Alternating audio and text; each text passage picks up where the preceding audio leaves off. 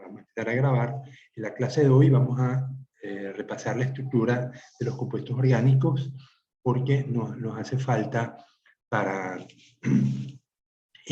poder entender cómo funcionan las estructuras de las estructuras celulares. Entonces, vamos a ver la diferencia entre los alcanos, los alquenos y los alquinos, la estructura de las grasas y las proteínas, que justamente es el tema que nos afecta con las enzimas. Y por qué las enzimas se comportan como tales, ¿no? Entonces, voy a mostrar el Laudesirc, perdón, el Laudesirc no, me voy al...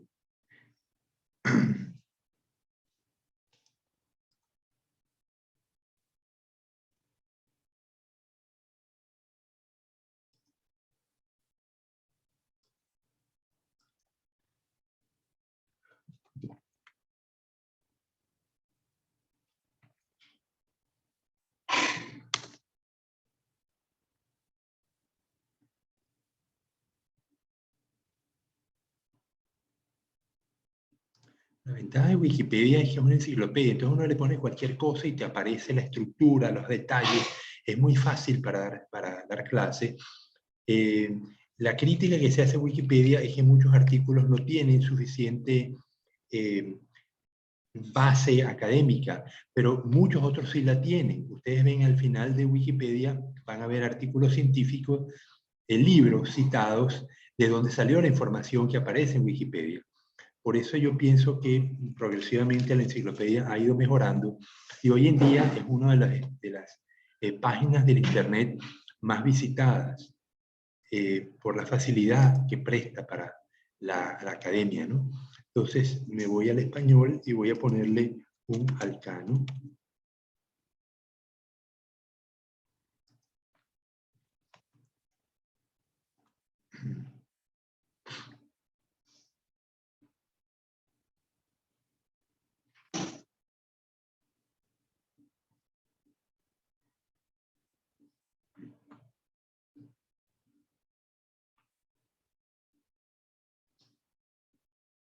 Entonces dice, comparto con ustedes, vamos a revisar rápidamente esto. Ya lo vieron en química orgánica, lo que pasa es que lo estoy repasando para asegurarme que dominan el tema, pero yo no pretendo dar de nuevo el curso de bioquímica aquí en biología celular, porque simplemente no tendríamos tiempo.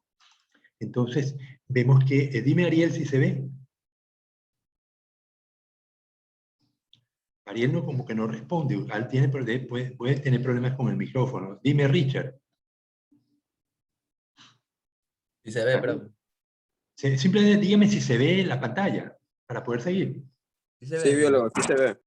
Entonces, los alcanos son hidrocarburos, es decir, compuestos que solo contienen átomos carbono e hidrógeno.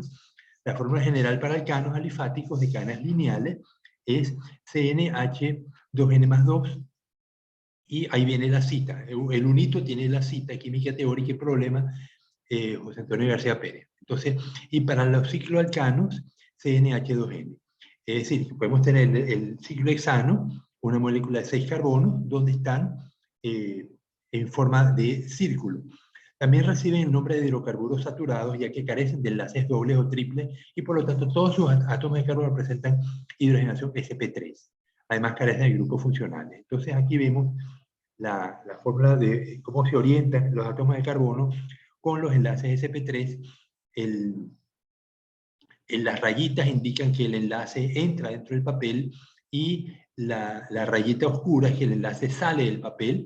Las rayas continuas indican que el enlace está sobre el papel.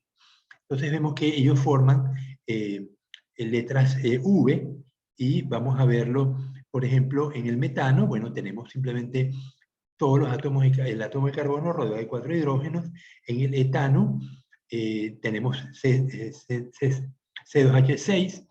El propano, ya vemos cómo ya adquiere la característica de forma de V. El butano, que es el gas que usamos, propano y butano es el gas que se usa en las casas para cocinar, y vemos cómo la estructura adquiere esta forma de V invertida, ¿no? Etcétera, ¿no? Vemos, por ejemplo, el dodecano con 12 carbonos, es una larga molécula. A partir del octano podemos tener compuestos líquidos. La gasolina, por ejemplo, son estos compuestos de octano o nonano, ¿no? Por encima de hexano, creo que hasta el pentano, son gases. En la medida que aumenta el peso molecular, se vuelven líquidos y ya moléculas muy grandes, como de 30, 40 carbonos, ya se convierten en sólidos, ¿no? Como el asfalto. Entonces, bueno, esto es lo que quiero decir de los alcanos. Bueno, aquí ya la molécula de glucosa. Los alcanos se producen en la naturaleza derivados del petróleo, pero también podemos tener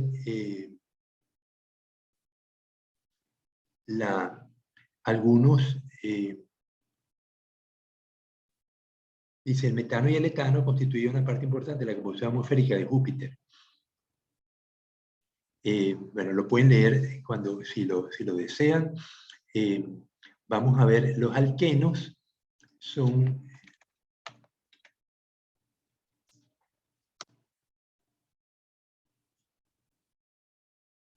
tienen un doble enlace.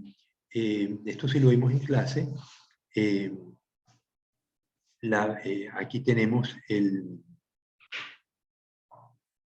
ciclohexeno, donde tenemos un doble enlace. El ciclohexano sería esta molécula circular con un simple enlace. El ciclohexeno pues sería el 1-ciclohexeno, ¿no? Aquí vemos el 1-penteno, se coloca el carbono más pequeño, el número más pequeño del carbono donde está el enlace, ¿no? Entonces, el 1-penteno, el 3-penteno tendría el enlace, doble enlace entre el 3 y el 4. Bueno, aquí tendríamos el ciclo octano. Bien, los dobles enlaces se forman por hibridación sp2, donde tengo un enlace covalente y un enlace en forma de sigma y un enlace pi a distancia. Ven que el doble enlace constituye dos tipos de orbitales que se involucran en él. El orbital sp2 y el orbital pi. La ventaja de tener estos enlaces pi tan distantes significa que se rompen con facilidad. Por eso es que los compuestos que tienen dobles enlaces, si son alimentos, son más fáciles de digerir que los que tienen enlaces simples. Romper un enlace pi requiere menos energía que romper un enlace sigma.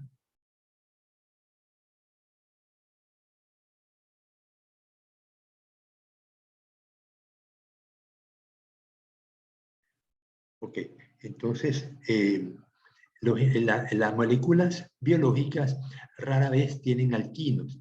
El alqueno, el eteno o etileno, es además de un gas, una hormona. Cuando las frutas maduran, liberan este alqueno y se constituye en un proceso de aceleración de la maduración.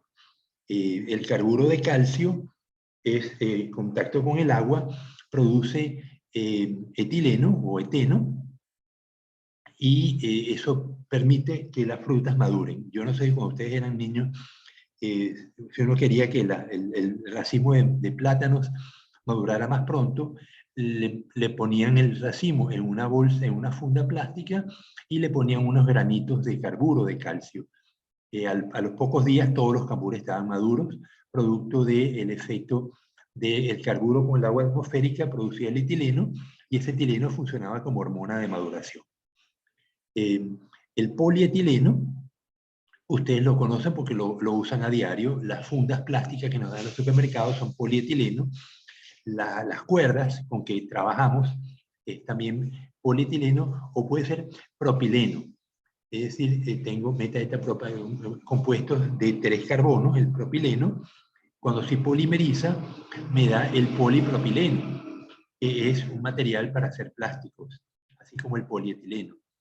También las fibras plásticas se usan para muchísimos productos, como ustedes se imaginarán, y constituyen hoy en día uno de los problemas ambientales más severos, producto de la cantidad de envases plásticos que se liberan y a raíz de la pérdida del avión de Malaysian Airlines, que hubo que buscar en el océano, se encontraron islas del tamaño de países. Todas eran botellas plásticas que se iban acumulando, porque en el océano las corrientes forman giros, y esos giros pues van concentrando el material y lo van dejando estático. Claro, se mueve con las corrientes, pero es una concentración producto de los giros, y se encontraron esos giros enormes llenos de botellas plásticas que constituyen pues un problema ambiental, no solamente por el sólido, sino que oscurece, impide que la luz penetre. Eso significa que la fotosíntesis debajo de las islas de plástico pues no penetra con la misma intensidad, y hay menos fotosíntesis, hay menos oxígeno también en el agua, sino que además los plásticos se le colocan sustancias químicas que los hacen más resistentes. Y esas sustancias químicas pueden liberarse y afectar la fauna y la flora bacteriana. Entonces, vemos que los problemas de los plásticos en el mundo son complejos, producto tanto del sólido, del plástico sólido, como de los productos químicos que se le agregan, los colorantes que le dan para darle tonalidades coloreadas, sino además sustancias que los preservan para que la luz no los afecte. Los plásticos no son la vida útil, llamarnos vida útil no. Dicen que los plásticos no se descomponen. Sí, sí se descomponen. El ozono es un enemigo de los plásticos, y el ozono, aunque no es muy abundante en la superficie terrestre, pero lo hay. Sobre todo el ozono está en la atmósfera, en la estratosfera, donde impide que los rayos ultravioleta penetren hacia la Tierra y causen daño. Tenemos entonces la capa de ozono protectora, que en algún momento de hace años se había originado un gran agujero en la capa de ozono en el hemisferio sur, y de continuar la tendencia se había pensado, yo no sé, ya ustedes habían nacido cuando esto se divulgó, que de continuar el tamaño del agujero de ozono, o sea, la ausencia de ozono en la estratosfera, provocaría que la gente tuviera que salir menos a la calle, usar ropa manga larga, porque los rayos ultravioleta impactarían con más intensidad y pudieran causar cáncer. Entonces era una amenaza real, pero de alguna manera el agujero de ozono pues se fue cerrando, y hoy en día no he vuelto a oír hablar de él. Pero era en el hemisferio sur, aunque la mayoría de los contaminantes se producen en el hemisferio norte. Ahora, ¿qué causaba que el ozono desapareciera? Eso sí se pueden acordar ustedes. ¿Cuál fue el elemento fundamental que actuaba contra el ozono? El efecto invernadero, ¿no? No, el efecto invernadero es otra cosa, es la acumulación de CO2. Estamos hablando de O3, el ozono. El ozono, cuando se forma por la combinación de 3 moléculas de oxígeno, es un agente muy reactivo y ataca los plásticos, los vuelve migajas. No sé si ustedes habrán visto una botella plástica muy vieja o un trozo de plástico viejo, cómo se resquebraja, se ponen opacos. Ah, bueno, sí, algunos focos de vehículos, el foco delantero no son de vidrio, sino son de plástico. Y con el tiempo se van poniendo oscuros, se van poniendo opacos, y eventualmente se rajan, le salen rajaduras. Eso es producto del ozono.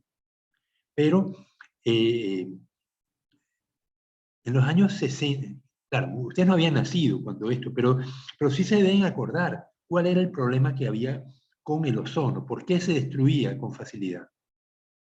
No eran insecticidas y cosas así. No, no eran insecticidas, eran gases, era un gas, sí, pero no se acuerdan qué gas era. Bueno, vamos a acelerar. Eran los refrigerantes. Cuando esto se descubrió, era común que las empresas en los aerosoles, ustedes compraban un desodorante o un perfume, venían con un refrigerante adentro, con un propulsor a base de carbono, pero fluorocarbono. Tenían flúor y tenía carbono, y era muy común pues que todas las empresas que usaban aerosoles, pues los hacían con fluorocarbono. Y luego, cuando se descubrió que los fluorocarbonos están destruyendo la capa de ozono, se prohibió. Entonces ya los refrigerantes no usan fluorocarbono, sino que usan butano, el mismo gas que usamos para cocinar. Si, por ejemplo, ustedes tienen un producto, espuma de afeitar, por ejemplo. Antes la espuma de afeitar venía con fluorocarbono, ahora viene con butano. Pero uno puede agarrar nuestro producto y ponerle un fósforo y ver cómo le pone un fósforo encendido, y al activar el botoncito para que salga el material de que está contenido en la botella, van a ver cómo se incendia. Eso es producto del butano, ¿no? Entonces, igualmente los refrigeradores que funcionan con fluorocarbono, no los que funcionan con amoníaco. Los barcos atuneros que están ahí en la bahía de Manta, ellos tienen unas cubas rodeadas con unos tubos por los cuales circula amoníaco. Amoníaco, que es un gas refrigerante y es más económico que usar fluorocarbono. Pero en los refrigeradores de las casas, en los restaurantes, las tiendas, todos estos sistemas de frío funcionan con fluorocarbono. Solo que se fueron descubriendo refrigerantes más eficientes y que no atacaban tanto a la capa de ozono. Pero durante mucho tiempo esto fue una amenaza. En los años 60 y 70 se veía con preocupación como la capa de ozono iba disminuyendo. Cuando se descubrió que eran los refrigerantes, los fluorocarbonos, pues se prohibieron, y hoy en día pues ningún producto aerosol usa fluorocarbono. Todos usan butano o algún gas, algún alcano, ¿no? Bien, entonces los alquenos ya vemos que tienen importancia biológica fuerte. Para estos dobles enlaces los vamos a encontrar en muchas sustancias, muchísimas, sobre todo en los fosfolípidos, que vamos a estudiar en el capítulo que sigue de la membrana plasmática. Entonces, bueno, ya vamos a ver finalmente los alquinos. Los alquinos tienen muy poca importancia biológica, más bien, entonces tenemos un enlace triple formado por hibridación sp1. Entonces tenemos, aquí lo vemos, los orbitales P, tenemos el orbital sp1 y dos orbitales P como tales, ¿no? Entonces el triple enlace se forma por unión covalente del enlace sigma y dos enlaces pi con separación de 90 grados entre ellos. Entonces los alquinos tienen igual que los alquenos, pues tienen esta ventaja de que ese enlace pi se descompone con facilidad, aunque en biología no vamos a ver moléculas con triple enlace nunca. Más bien tienen importancia industrial.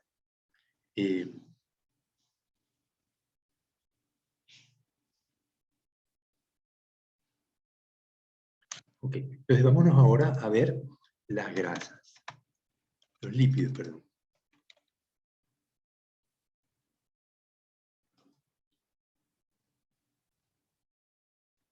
Entonces, vemos, los lípidos son ácidos grasos.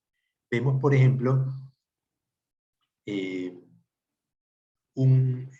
colesterol. Bueno, es una molécula muy compleja, tiene muchos anillos. No es la idea comenzar por el colesterol, sino por la molécula que está abajo. Tendríamos 1, 2, 3, 4, 5, 6, 7, 8, 9, 10, 11, 12, 13, 14, 15, 16, 17, 18, 19 carbonos.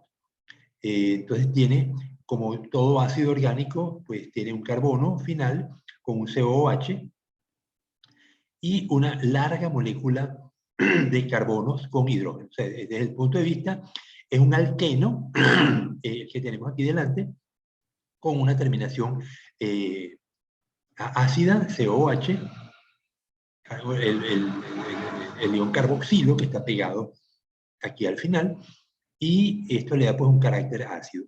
Habíamos visto en la clase pasada cómo podemos formar ésteres neutralizando estos ácidos con una base fuerte, como por ejemplo hidróxido de sodio. Entonces yo formaría este ácido orgánico, formaría un jabón, porque le pego, me quito el hidrógeno del oxígeno que está abajo y le uno un sodio y me da, entonces, este ácido, pues no sé cómo se llama, ácido nonanoico, porque tiene 19 carbonos, entonces nonanoato de sodio sería el éster que se nos forma, ¿no? Y tiene en el carbono 1, 1, 2, 3, 4, 5, 6, 7, 8, 9, el carbono 9 tiene un doble enlace. Entonces, esto es una insaturación. Se llaman ácidos grasos insaturados cuando tienen al menos un doble enlace. Puede tener varios dobles enlaces, como vamos a ver más adelante. Aquí vemos un triglicérido. El triglicérido surge de la unión de tres ácidos orgánicos. Aquí vemos un ácido simple, un ácido saturado, un ácido insaturado con un doble enlace y finalmente otro ácido saturado al final, ¿no? Entonces, tres ácidos grasos unidos a una molécula de glicerol. El glicerol tiene tres oxígenos, entonces vemos que aquí tenía un OH, aquí otro H y aquí otro H. Entonces el H se desprende, forma agua y se me une a este ácido orgánico saturado. Este H de este oxígeno también se desprendió y se unió a este, y este ácido de este oxígeno se desprendió y me formó este enlace. Entonces, la molécula de glicerol, un triol, es un alcohol con tres átomos de carbono, con tres alcoholes, y se unen a tres ácidos grasos y forman el triglicérido, o el ácido graso, o el lípido. Aquí vemos fosfolípidos. Los fosfolípidos son fundamentales porque constituyen la membrana plasmática de todas las células que se conocen. Aquí vemos que tenemos un lípido con los tres ácidos orgánicos, 1, 2 y 3, pero tiene un fósforo unido a el... bueno, aquí vemos la molécula de 1, 2, tenemos un fosfato que se unió a la molécula del lípido a ver si lo podemos ver más grande. No, se ve igual de pequeño. Entonces, conocemos lo que es un lípido y ahora conocemos un fosfolípido porque tenemos un fosfato unido a uno de los lípidos. Esa es la...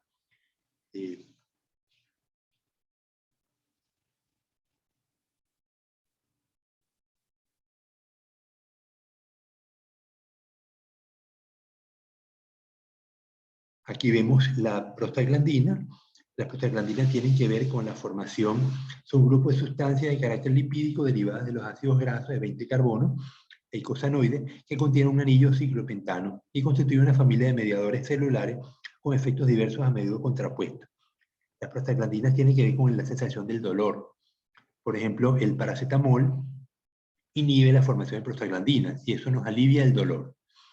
Entonces vemos que tiene pues, un ácido graso largo, tiene un ciclopentano y tiene pues, otro ácido graso por aquí. Aquí tenemos leucotrieno, un ácido graso eicosanoide de 20 carbonos. Vemos que tiene pues, oxidrilo, o sea, el ácido típico del ácido graso, dobles enlaces, pero también tiene OH, ¿no? Aquí vemos el triglicérido insaturado, el triglicérido, la molécula CH2 con su hidrógeno. Aquí esto eran OH, ¿no? El glicerol eran OH y se desprendieron los H y se unieron a estos ácidos grasos. El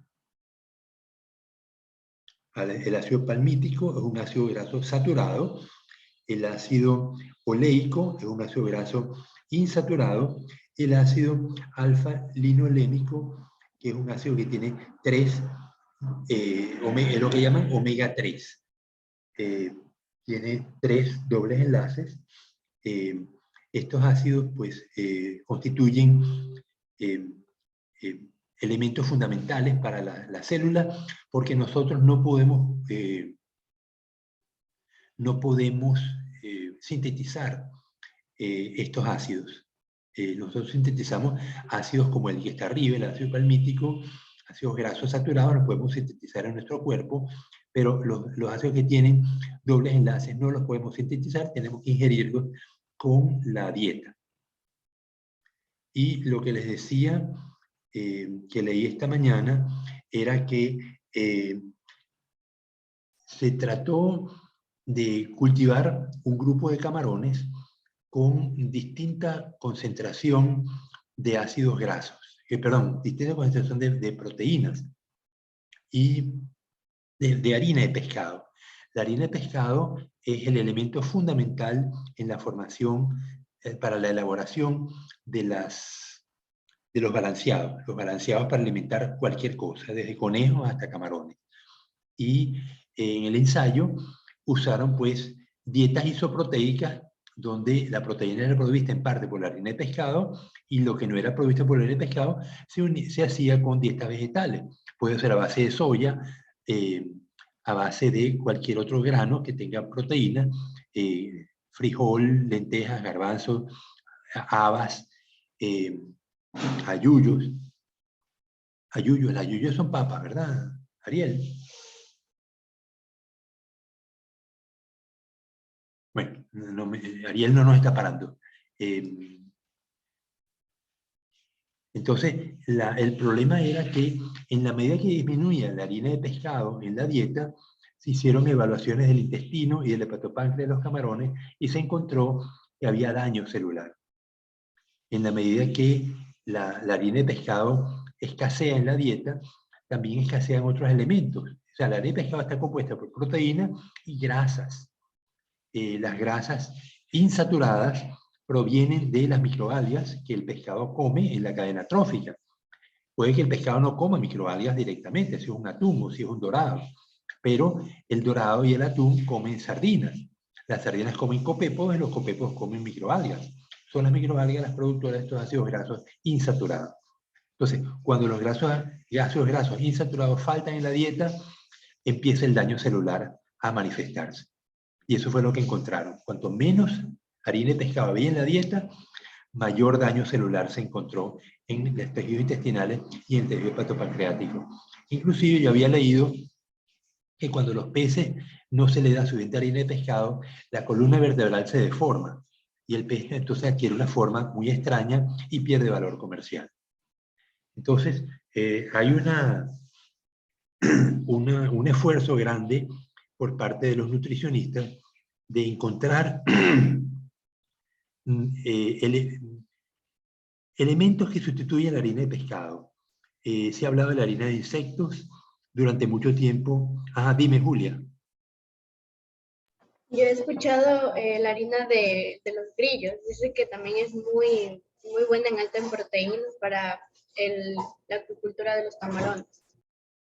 Sí, harina de grillo. Sobre todo hay una mosca soldado, que se usa mucho porque es muy prolífica, se reproduce con facilidad y las larvas de la mosca se secan, se muelen y son las que se usan para alimentar animales.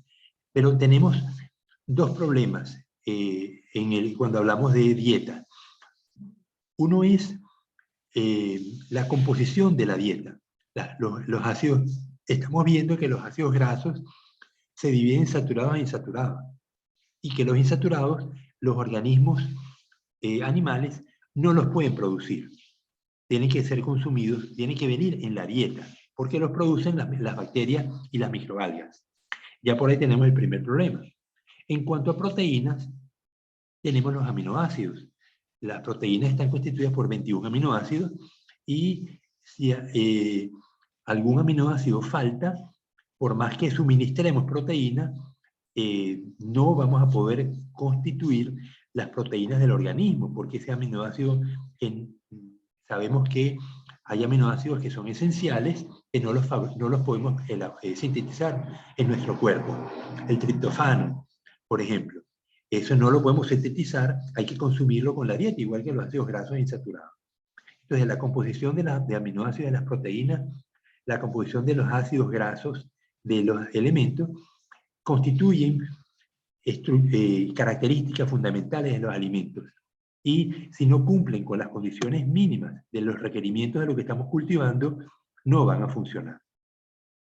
Entonces, una de las cosas que hay que buscar es cómo hacer para que estas harinas, como la que propone Julia, de harina de insecto, sea la que requiere el camarón. Una manera de verificarlo es hacer un macerado de camarón y verificar cuál es la proporción de aminoácidos en el cuerpo del camarón. Aquí no es una proteína, aquí es el cuerpo del camarón completo que estamos evaluando, y sabemos que tenemos que tener, en la dieta que demos, tenemos que tener al menos esa proporción de aminoácidos, sobre todo aminoácidos esenciales, porque los no esenciales el camarón los sintetiza, ahí no hay inconveniente. Pero el triptofano, como ejemplo, son 7 aminoácidos esenciales que tenemos que asegurarnos que lo estamos proveyendo en la proporción que el camarón lo requiere. Y por eso entonces uno evalúa el camarón completo. Asimismo, evaluamos dietas. Yo puedo evaluar la proteína de la haba, o la proteína del frijol, o la proteína de la soya, o de algún insecto, y vemos si contiene la proporción de aminoácidos que el camarón o la tilapia o el chame requieren. Se dan cuenta por dónde van los tiros, ¿no? Estamos hablando de que hay compuestos químicos como grasas, azúcares, proteínas, que tienen unas características particulares. Algunos los podemos sintetizar en nuestro cuerpo, otros no.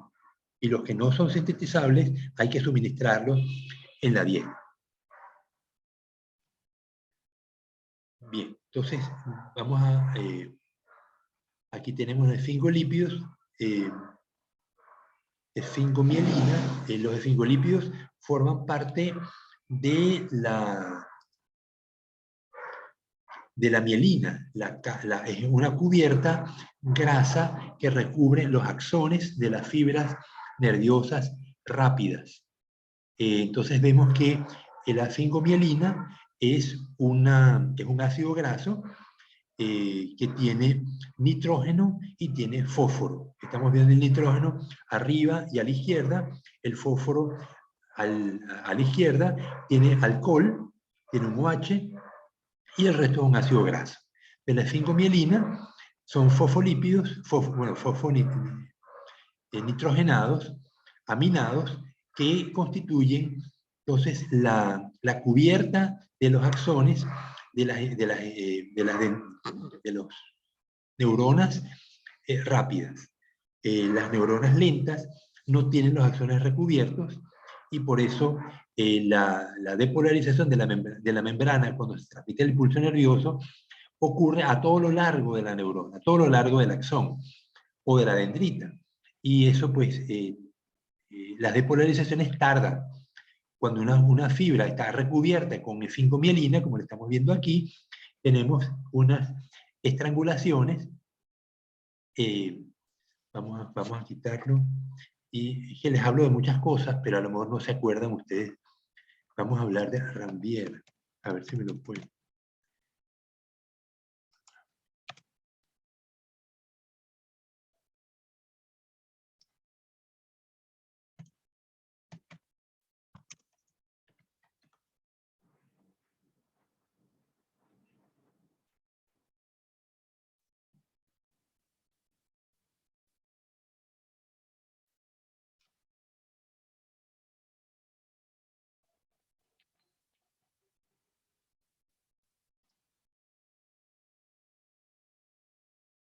Ok.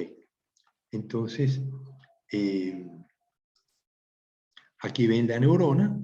vemos que tenemos el núcleo, las dendritas, el axón, el flujo del impulso nervioso fluye de izquierda a derecha, y, y vemos unas estrangulaciones. El axón de la neurona está recubierto por las células de Schwann. Son otras células distintas a las neuronas que recubren y esta cobertura está a base de 5-mielina, que acabamos de ver la fórmula del compuesto. Entonces vemos unas estrangulaciones. Son en estas estrangulaciones, llaman estrangulaciones de Rambier, donde ocurren las depolarizaciones. Entonces fíjense que en una neurona que no tenga las células de Schwann, la depolarización va a ocurrir a lo largo de toda la superficie del axón. Mientras que en una fibra rápida solamente ocurren en las estrangulaciones y por lo tanto es mucho más rápido la transmisión del impulso nervioso en este tipo de células.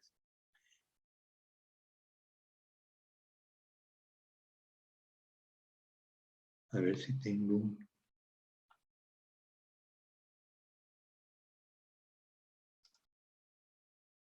Dice, el segmento inicial del axón, flechas, es axolema amielínico y muestra diferentes proteínas transmembranas.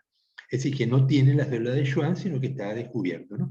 Y esta es la manera como luce la neurona en forma real, ¿no? Esto no es un dibujo, esto es una fotografía al microscopio.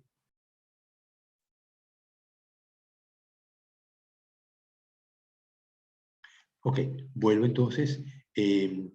Estamos viendo los lípidos, vamos a ver ahora los azúcares.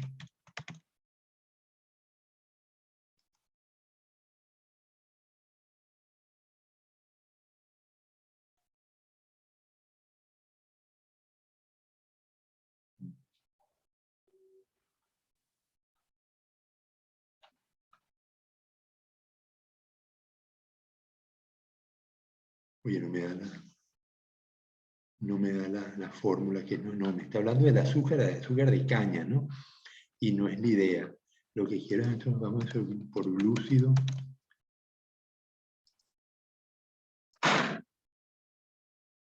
Ok, aquí sí. Entonces, estamos viendo entonces arriba la desoxiglucosa y la de fructosa. Aquí vemos la ribosa, que la vamos a estudiar ella forma parte del ARN, la ribosa, porque la desoxirribosa pues, carece de uno de los oxígenos, ¿no? Entonces vemos la glucosa. La glucosa es una molécula, no es lineal, como la ponen aquí, tiene 6 carbonos, tiene un grupo, oye, se me olvida, este es el grupo aldehído, que tiene un H, un doble enlace con el oxígeno y un grupo carbonado. Entonces, la fructosa tiene un grupo CH, tiene...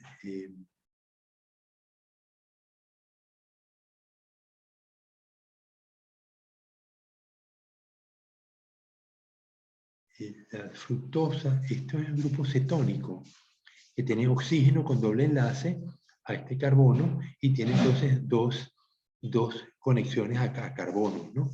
Entonces esto sería una cetona, esto sería un aldehído. Bien, pero no tienen esta forma, la forma circular. Vamos a ver si consigo una molécula de glucosa.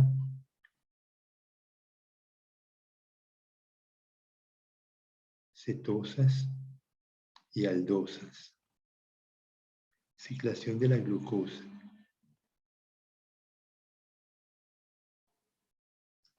Esto es un video.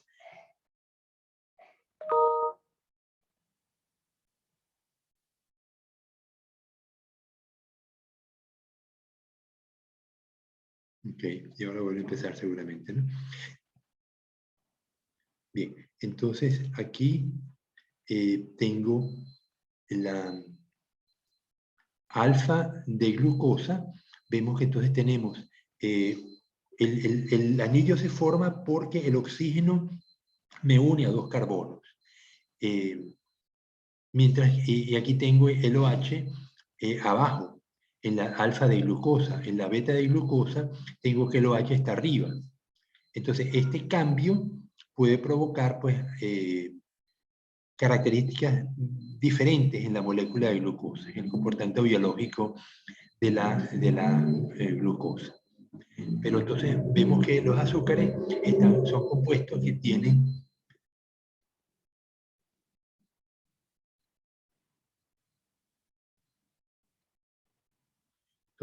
que tienen carbono, hidrógeno y oxígeno, por eso se llaman carbohidratos, pero a diferencia de los ácidos grasos, que también son carbohidratos, estos no tienen carácter ácido.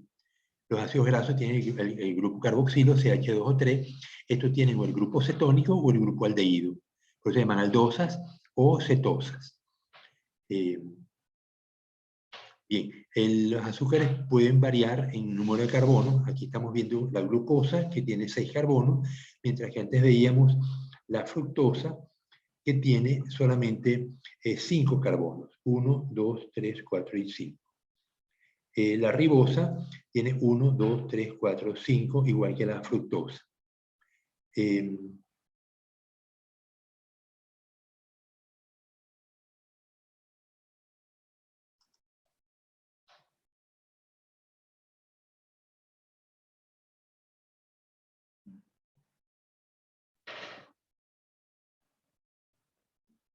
Entonces, aquí vemos las cetosas, vemos el grupo cetónico, dihidroxiacetona.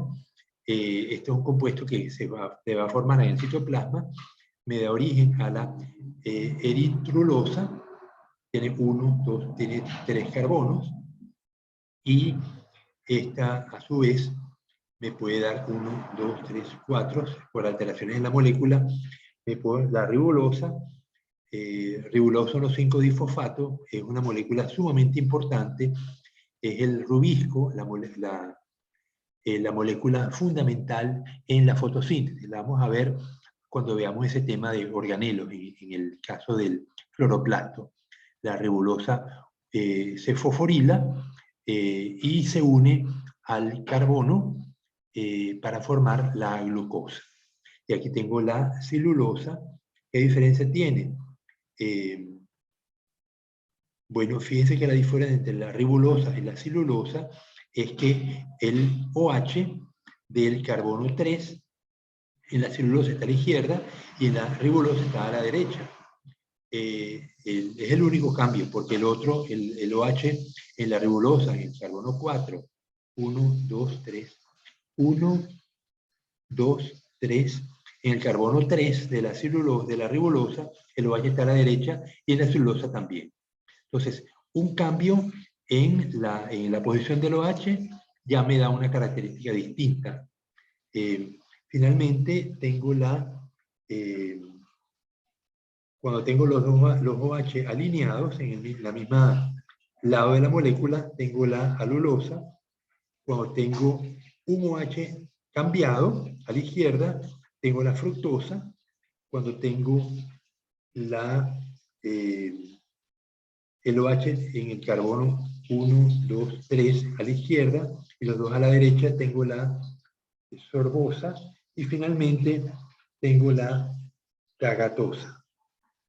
Fíjense cómo la posición del OH cambia la estructura molecular y me le da propiedades distintas a los azúcares, ¿no? Bueno, aquí vemos, ya lo vimos. Aquí está la molécula hidrólisis de la lactosa. La lactosa tiene 2 moléculas de glucosa y cuando se une con el agua encima de una enzima que se llama la lactasa, me descompone en 2 moléculas de glucosa. Profesor, yo tengo una pregunta. Dime. Dime. Sí, usted mencionó que la posición del carbono puede cambiar su estructura y sus propiedades. El OH, la posición del OH. Del OH, ya. Y entonces mi pregunta puede ser, ¿qué puede ocasionar que haya esta distorsión o este movimiento en las moléculas? Sí, cuando se sintetiza. Cuando se sintetiza la molécula, aquí lo vamos a ver. Yo tengo que la molécula original es la estrulosa, eritrulosa. La eritrulosa me da origen a la ribulosa y a la celulosa. Entonces, la estrulosa tiene tiene 3 carbonos. Yo le voy a unir un carbono más. Cuando ese carbono se une, puede tener el OH a la izquierda, como lo vemos en la celulosa, o el OH a la derecha. Entonces, en el proceso, en el momento de la síntesis, yo voy a constituir una molécula distinta, si es ribulosa o es celulosa.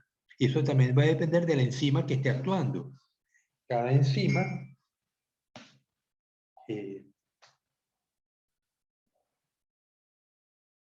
enzima te va a dar origen a un producto diferente. Permítanme que me cierre.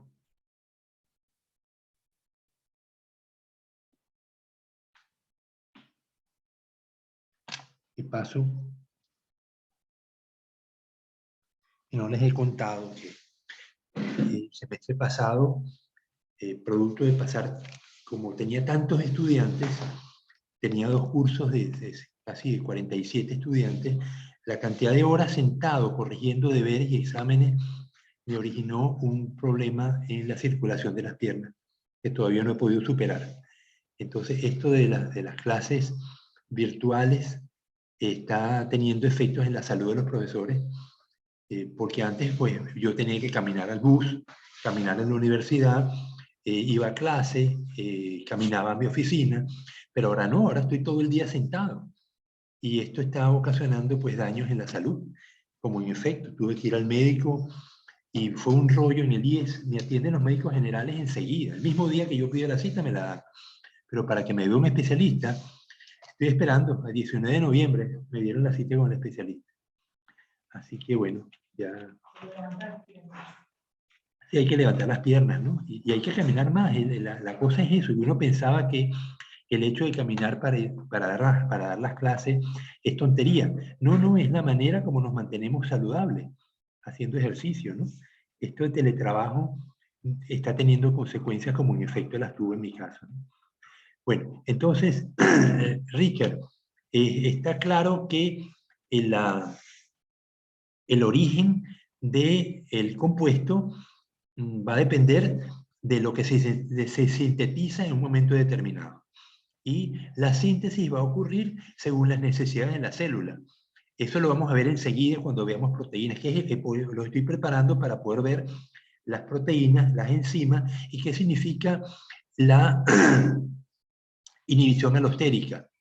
Esto es lo que permite que, dada una necesidad particular, unas enzimas están inhibidas y otras no.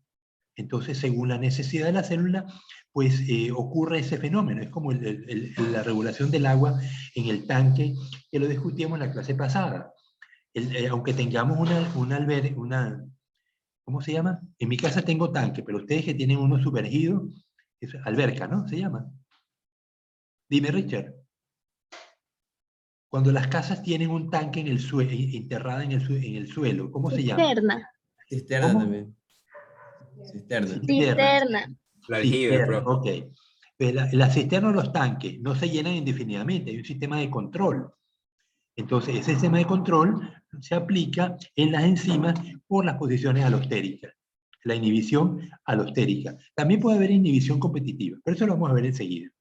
Bueno, vamos a seguir entonces. Los azúcares, ya vemos que cómo se diferencian las grasas. Los azúcares o son cetonas o son aldehídos, tienen carbohidratos y tienen pues unas propiedades de que son moléculas de pocos carbonos.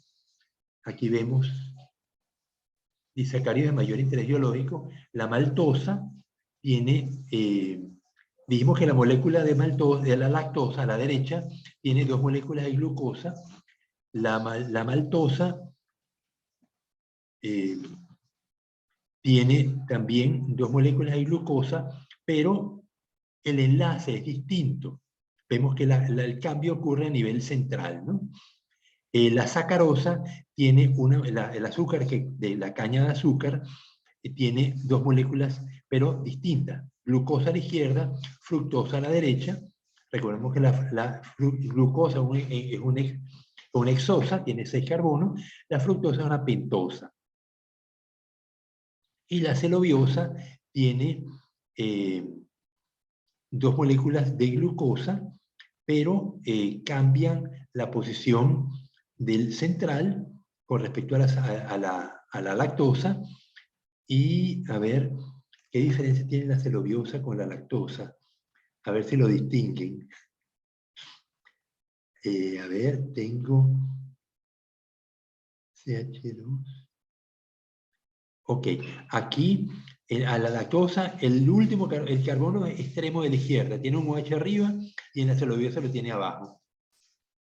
El enlace central es igual y el carbono, sí, es el único. Es una inversión en el OH entre la lactosa y la celobiosa. Un solo OH, ¿no? Entonces, ¿a qué llaman? ¿Por qué los adultos no podemos tomar leche? O la leche, si tomamos mucha leche nos cae mal. ¿Qué es lo que nos falta en nuestro cuerpo?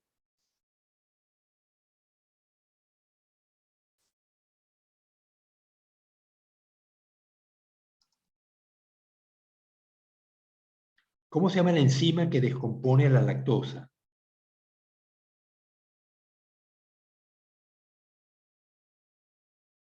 Todas las enzimas se denominan por el sustrato que transforman y llevan la terminación asa. Entonces, la lactosa se descompone por la enzima, ¿la qué? A ver, Valeria, ayúdame. Lactasa, exactamente. Entonces, cuando tenemos poca lactasa, nosotros no digerimos la lactosa y nos cae mal. Si yo tomo mucha leche, que ya no lo hago, pero si yo no me tomara 1 litro de leche o medio litro de leche, pues me vería en problemas, me daría problemas gástricos, producto de que no digiero la lactosa o tengo deficiencia para digerir la lactosa. Entonces, vemos que la lactosa se descompone en una molécula de glucosa y una de galactosa. Vemos que una tiene los OH todos hacia arriba, la de abajo, la galactosa tiene los OH todos hacia arriba, menos el último, el carbono 1, el carbono 2 lo tiene hacia abajo, y en la glucosa tenemos que 3 de los OH están hacia, perdón, 2 OH arriba, 2 OH abajo. En la galactosa tenemos 3 OH arriba y 1 hacia abajo. Esa diferencia es suficiente para darle una propiedad distinta al azúcar. ¿Para qué se usan los azúcares en el cuerpo, fundamentalmente? A ver si logramos... Energía. Fuentes de energía. Una molécula de azúcar me da 4 kilocalorías por gramo, igual que una molécula de proteína. A diferencia de las grasas, que dan 9 kilocalorías por gramo. Entonces las grasas son utilizadas como fuente de acumulación de energía. También se pueden usar en forma para liberar energía, pero hay que descomponerlas primero, transformarlas en glucosa y como glucosa entra en la mitocondria y se transforma en energía. Entonces vemos que transformar grasas es complicado porque tenemos que descomponerlas primero, o sea, separar los ácidos grasos del glicerol, tomar esas moléculas, picarlas en trozos de 6 carbonos y convertirlas, hidrogenarlas y convertirlas en azúcares. Y es como azúcar como ingresa a la mitocondria.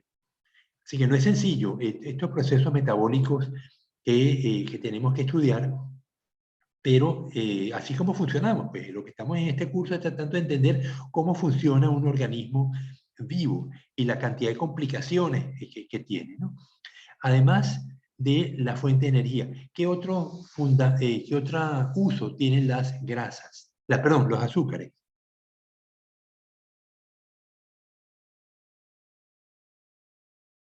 Nosotros acumulamos energía de dos maneras, como grasas en ciertos tejidos del cuerpo, los tejidos adiposos, que en el caso de los humanos se acumulan cerca del estómago, en los brazos, cerca del húmero y en las piernas, cerca del fémur. En el resto de el antebrazo y en la tibia no suele haber mucha grasa. Ustedes lo ven, cuando ven a la gente gordita en la calle, ven qué tiene más gordito y van a ver que tiene la parte superior de los brazos, la parte superior de las piernas y la barriga. Ahí donde el tejido adiposo suele acumularse. En el caso de los peces, no. Los peces tienen las grasas distribuidas por todo el cuerpo. Las aves, recuerden cuando preparamos un pollo, que nos dan el pollo entero y tenemos que picarlo en presas, vemos que la piel cubre todo el pollo, vamos quitando la piel y empiezan a aparecer zonas acumuladas con grasa, cerca de la pechuga, sobre todo cerca del ano.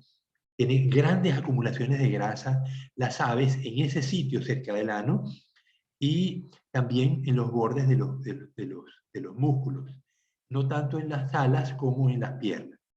Entonces, la grasa es un tejido fundamentalmente de reserva de energía. Pero estamos hablando de los azúcares en este momento. Entonces, el azúcar como fuente de energía tiene uso inmediato en forma de glucosa, pero ¿cómo se acumula el azúcar en el hígado?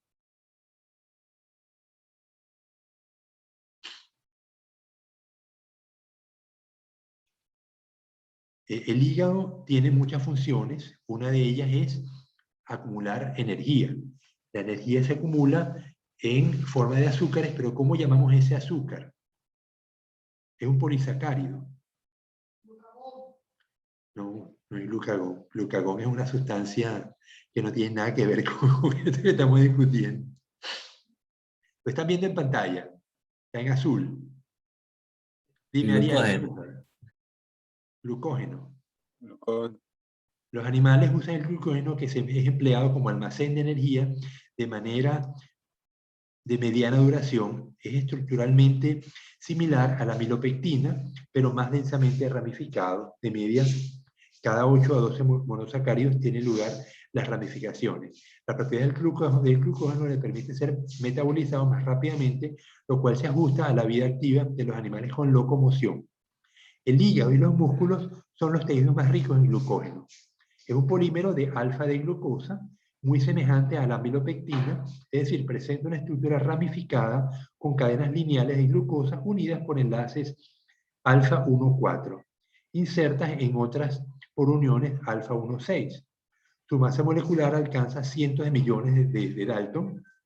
Las ramificaciones están separadas por menos de 10 unidades de glucosa de la cadena de la cual se insertan. La figura 1.22 muestra un esquema. Vamos a ver estructura del glucógeno. Aquí lo están viendo. Entonces tenemos, a ver lo más grande. Ok, entonces tenemos moléculas de glucosa unidas unas a otros y aquí se me une una cadena en negro, abajo, se me une a una cadena que está en verde, negro y rojo.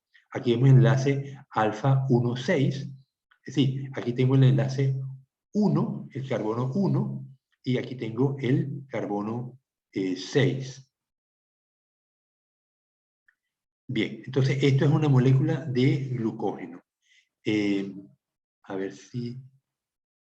Ok, aquí vemos, aquí no me dice que son las bolitas, pero vemos entonces cómo las cadenas de glucosa se unen, se ramifican, pero dice que la amilopectina tiene ramificaciones distintas. Ellos lo que hicieron fue tomar este cuadrito y nos lo pusieron aquí arriba, ¿no? Para que lo entendiéramos.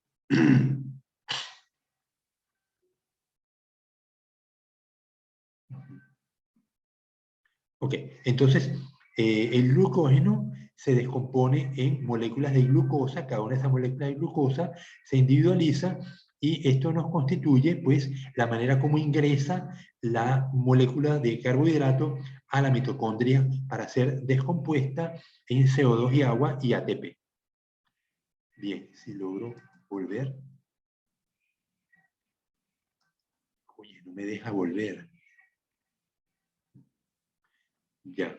Bien. Entonces, como fuente de energía inmediata, cuando son moléculas de glucosa o fructosa, como fuente de almacén, como glucógeno, y la otra manera es como fuente de caracterización celular en las glucoproteínas que forman parte de la molécula que recubre las células. Y, por ejemplo, los grupos sanguíneos.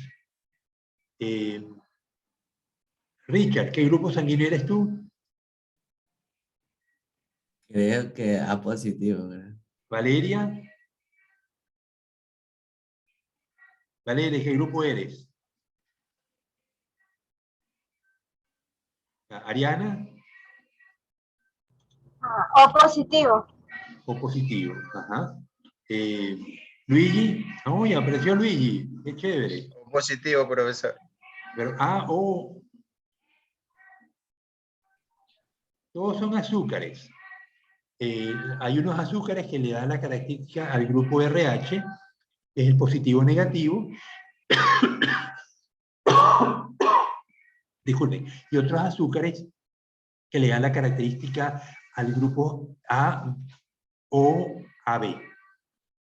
Entonces, todos son azúcares que están pegados a proteínas en la superficie de la célula.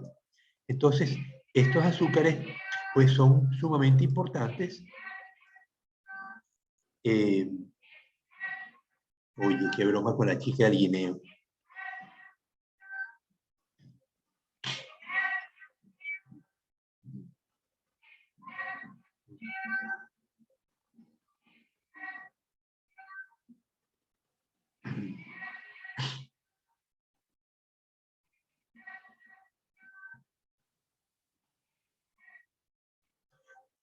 Ok, entonces vemos que los azúcares entonces tienen función metabólica como fuente de energía inmediata, función de reserva como el glucógeno y el almidón. El almidón se diferencia del glucógeno por su estructura. Ya vimos que la amilopectina se diferencia, aquí está la amilopectina, miren qué bonita es. A diferencia del glucógeno que tenía una forma aleatoria, la amilopectina tiene esta forma en espiral. Y la amilopectina es más difícil de separar las moléculas de glucosa que las del glucógeno. Luego tenemos los azúcares estructurales. En las plantas, la celulosa forma parte de la estructura rígida de la pared que recubre a las células vegetales y a las bacterias. Entonces aquí tenemos una molécula de celulosa, la unión forma capas, como vemos una capa arriba, donde las glucosas están unidas luego a otra capa que es inferior.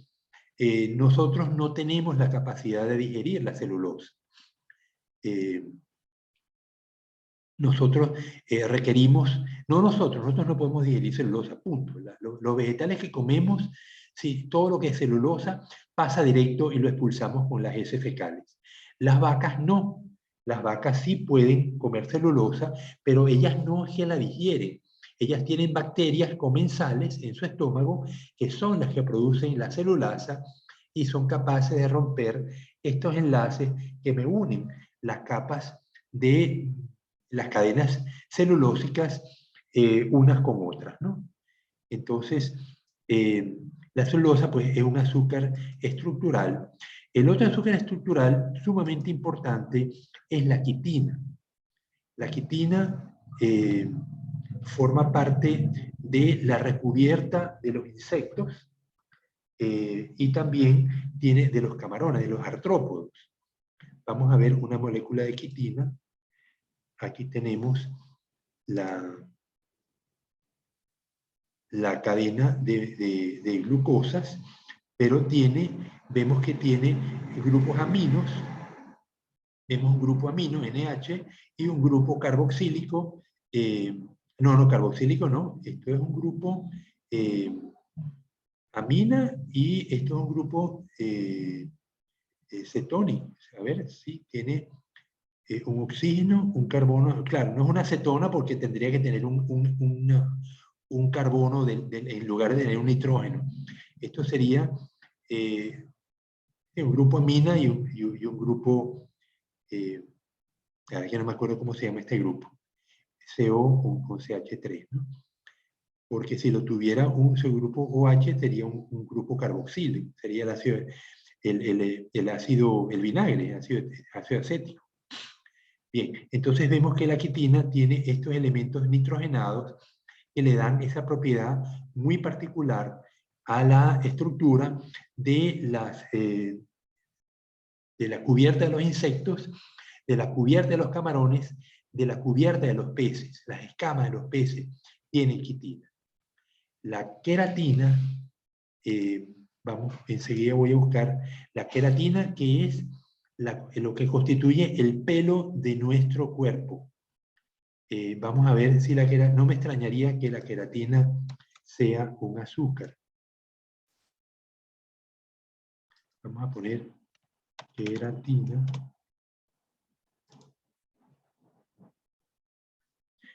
Dice, la queratina del género córneo, Keratium, es una proteína con estructura fibrosa muy rica en azufre que constituye el componente principal que forma las capas más externas de la epidermis de los vertebrados y de otros órganos derivados del ectodermo.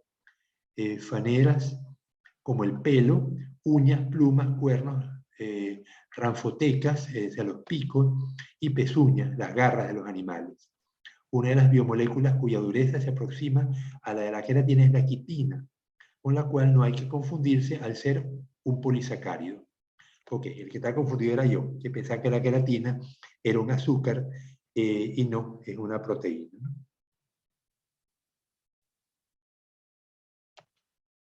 Bien, entonces, bueno, entonces hemos visto azúcares, su estructura, su función, hemos visto lípidos, su estructura y su función.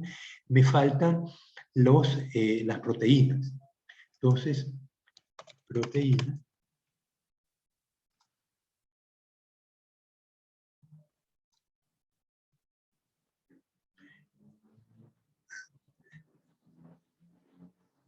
Sí, son macromoléculas formadas por cadenas lineales de aminoácidos.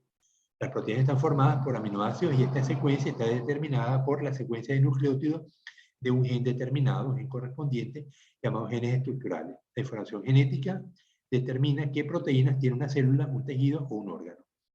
Entonces, aquí vemos una representación de la estructura tridimensional digitalizada de la mioglobina.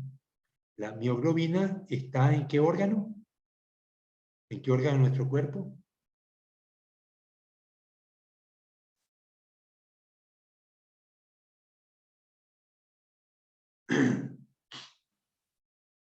Esto que vemos acá es hierro.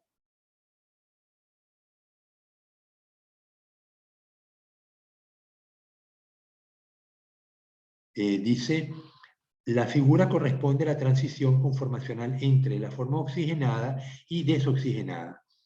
Es decir, ya les estoy diciendo que tiene hierro, ella se carga de oxígeno o no, y esto, ¿dónde tenemos un uso muy fuerte del oxígeno? ¿En qué parte de nuestro cuerpo? Los pulmones. Bien, pero fíjate que no es... ¿Cuál es la molécula que circula por los pulmones, que se carga de oxígeno? No es la mioglobina. ¿Cómo se llama esa molécula? La que está en los glóbulos rojos.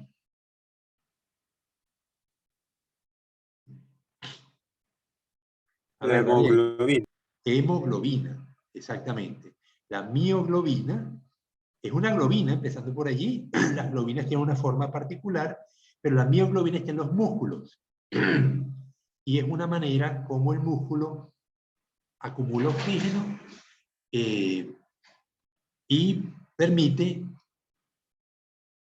que el cuerpo, que el músculo funcione más eficientemente porque tiene oxígeno acumulado. No solamente tiene la fuente de oxígeno de la sangre, sino que también tiene una fuente propia. porque la hemoglobina le suministra oxígeno a la mioglobina y lo acumula. Y en caso de necesidad, esa mioglobina está dispuesta a liberar ese oxígeno para que la contracción muscular tenga lugar. Ok, entonces las proteínas son cadenas de aminoácidos. Básicamente, vamos a ver Oye, lo que pasa es que yo quería... Bien, aquí vemos entonces niveles de organización de las proteínas. La estructura primaria de las proteínas es la secuencia de una cadena de aminoácidos. Entonces vemos que cada bolita es un aminoácido, luego viene la estructura plegada. La estructura secundaria de las proteínas ocurre cuando los aminoácidos en la secuencia interactúan a través de enlaces de hidrógeno. Ya vimos la importancia de los puentes de hidrógeno, vimos cómo la molécula de agua formaba puentes de hidrógeno por su estructura tridimensional, y los puentes de hidrógeno pues van a constituir un elemento fundamental en las proteínas y en el ADN. Entonces la estructura secundaria le da este carácter de hélice a la proteína. Finalmente la estructura terciaria ocurre cuando ciertas atracciones están presentes entre hélices alfa y hojas plegadas. Entonces, no solamente los aminoácidos contiguos se atraen entre sí, sino un aminoácido de una cadena cercana también me va a atraer, sobre todo si tengo azufres o fósforos. Entonces, esto me da una estructura en forma de, aquí vemos la estructura de alfa, y luego vemos cómo la cuerda empieza a retorcerse. Y la estructura cuaternaria es cuando una proteína contiene más de una cadena de aminoácidos. Es decir, la hemoglobina, por ejemplo, tiene la cadena alfa y beta. La hemoglobina no es una sola molécula de proteína, son dos moléculas de proteína unidas y tienen un grupo hemo, que es el hierro, que le da la posibilidad de transportar oxígeno y CO2. Entonces, aquí vemos entonces la secuencia de las 4 estructuras de las proteínas. La estructura primaria, vemos que simplemente es una cadena. La estructura secundaria, por atracción de los aminoácidos contiguos. La estructura terciaria, aminoácidos de las otras cadenas. Y la cuaternaria, cuando varias proteínas se unen con una misma función, como la hemoglobina. ¿Dudas al respecto? Oye, están calladitos hoy, no quieren interactuar. Dayana. Así entendí. Ahora sí lo entendiste. Esto lo viste con el profesor, a ver, ¿quién da bioquímica? El profesor Matute les dio bioquímica. Dayana, ¿quién te dio bioquímica? Matute. Matute, ajá. Sí. Okay. Yo cuando la vi en el pregrado, vino un profesor de España, porque él daba clase en el posgrado de la Universidad de los Andes, lo trajeron y nos dio el tema de proteínas. Esto hace 40 años, ¿no? Obviamente hemos avanzado mucho en el estudio de las proteínas, sobre todo en la síntesis de proteínas, en la modificación de la molécula de ADN, que es lo que le da origen a estas proteínas.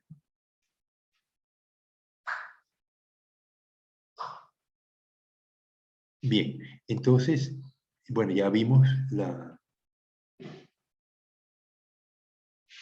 Entonces, dice, son propiedades de las proteínas. Dice, 5 son las propiedades principales que permiten la existencia y aseguran la función de las proteínas.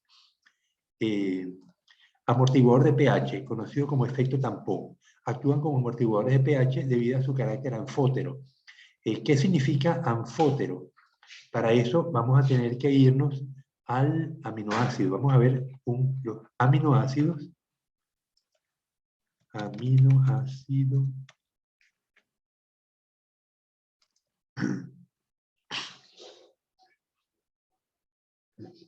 Ok. Un aminoácido es una molécula orgánica con un grupo amino en uno de esos extremos de la molécula y un grupo a carboxilo, COH, en los extremos. Son la base de las proteínas. Sin embargo, tanto estos como sus derivados participan en funciones celulares tan diversas como la transmisión nerviosa, la biosíntesis de proteínas, de porfirinas, purinas, pirimidinas y urea. Los aminoácidos juegan un papel clave en la gran mayoría de los procesos biológicos.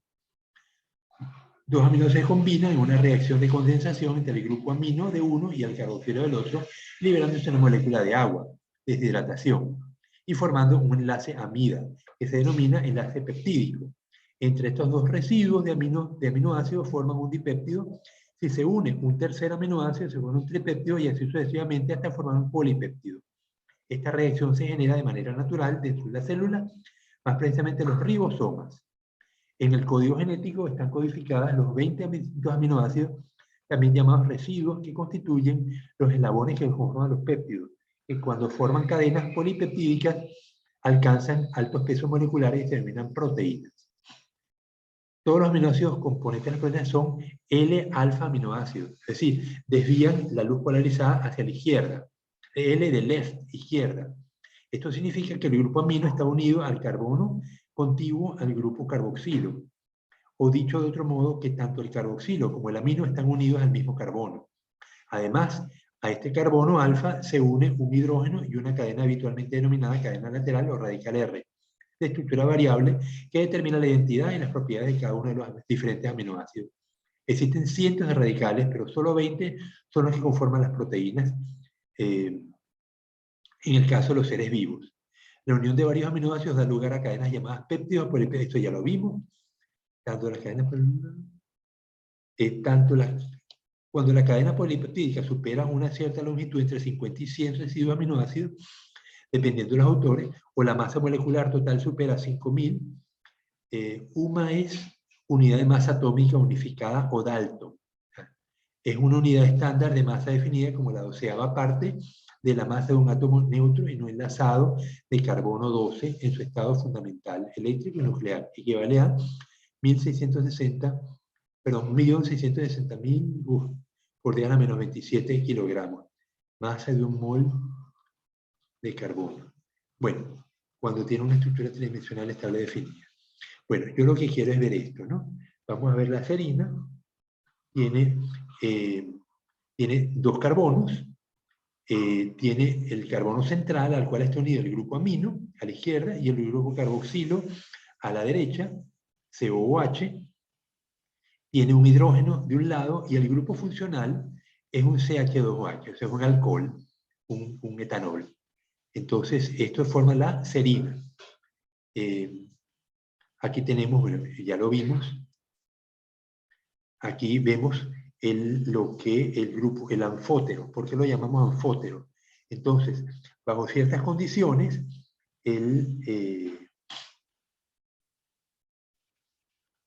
aquí tenemos que la amina se le une un hidrógeno y se carga positivamente el nitrógeno.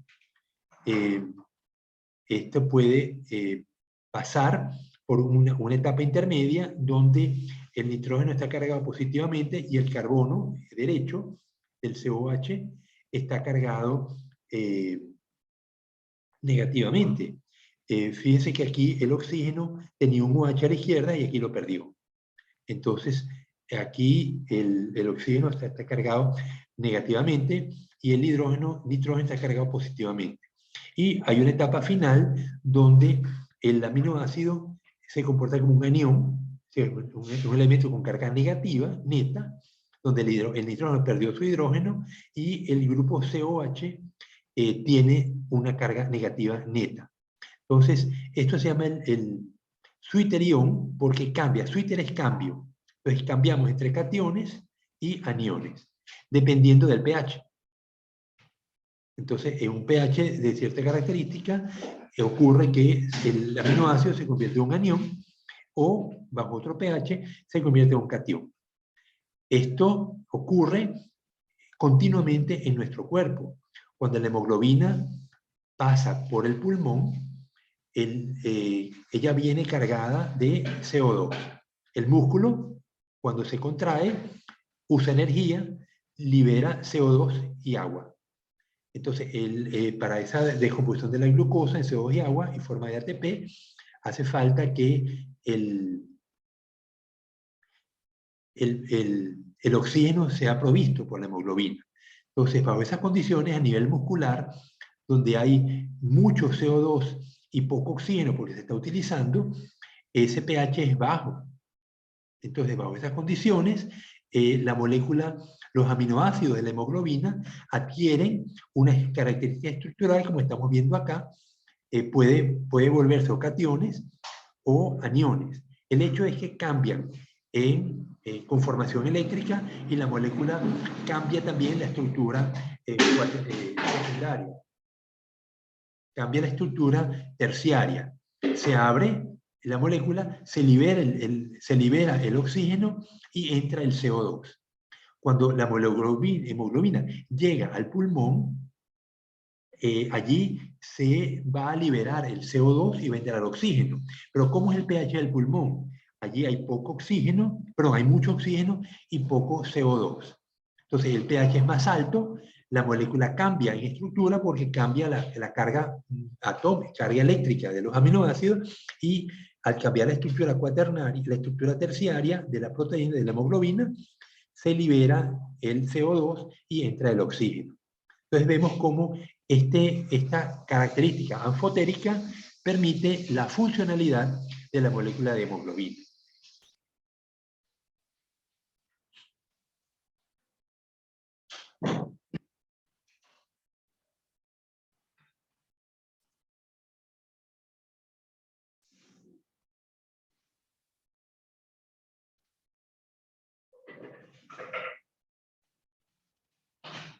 Bueno, aquí pusieron los 20 aminoácidos, algunos polares, pequeños, minúsculos, alifáticos, hidrófobos, pero no es el caso. Ok, entonces ya entendemos cómo es un aminoácido, sus características. Yo quería ver, no me muestra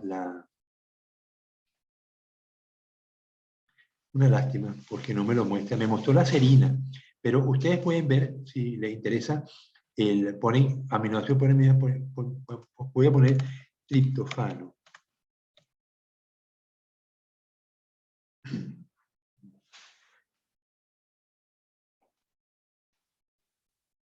Entonces el triptofano es un aminoácido, vemos el grupo COOH unido al carbono y el grupo amino, y tiene como grupo funcional este grupo complejo de anillos con nitrógeno. El triptofano es un aminoácido esencial, nosotros no lo podemos sintetizar.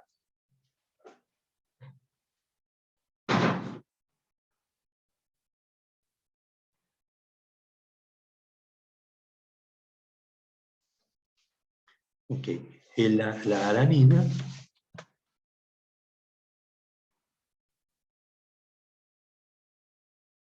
tiene el grupo carboxilo, tiene el grupo amino y tiene un CH3. El aminoácido más sencillo es el que tiene, en vez de un grupo funcional, tiene un H, pero estoy tratando de acordarme, creo que es la lisina.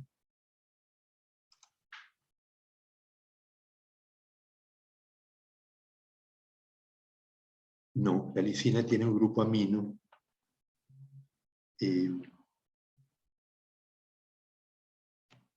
No, no es la lisina. La biotina.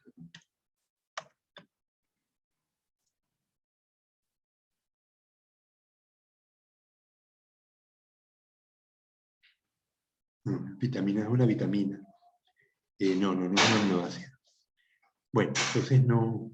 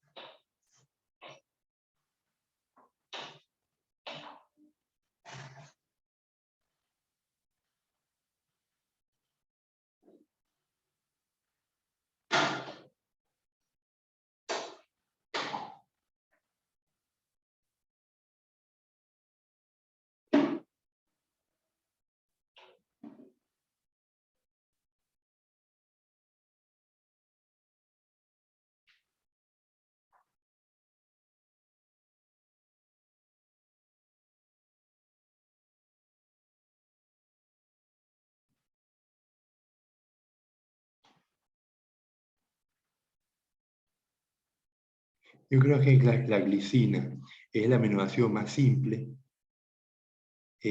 porque tiene simplemente es uno de los medios que forman las proteínas, ustedes ven el código genético, es el aminoácido más pequeño y el único no quiral, en la propiedad de un objeto de no ser superponible con una imagen especular. De los 20 aminoácidos presentes en la molécula, su fórmula química NH2CH2COH y su masa es la glicina no esencial. Otro nombre antiguo es la glicocola. El neurotransmisor inhibidor en el sistema nervioso central fue propuesta como neurotransmisor en 1965. La glicina es el más simple. Tiene el grupo COH, el grupo amino y 2 hidrógenos. Fíjense cómo tiene 2 hidrógenos al medio, entonces no tiene grupo funcional y es el aminoácido más pequeño. Dice no quiral, eso que es la propiedad de un objeto de no ser superponible con su imagen especular. Como ejemplo sencillo, la mano izquierda humana no es superponible con su imagen especular. El cubo o una esfera sí son superponibles con sus dos respectivamente, ¿no?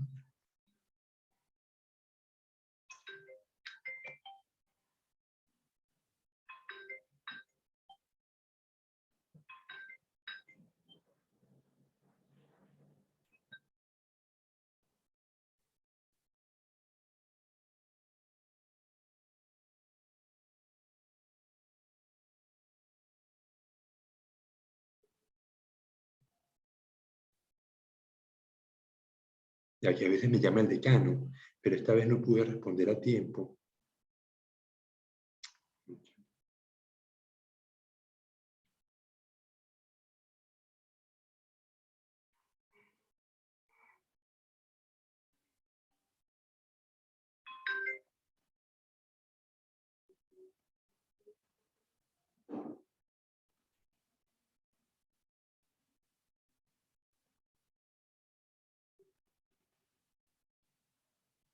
Es el decano. Permíteme un momentito, paro de compartir, paro la grabación. Cuando el decano llama, hay que atender.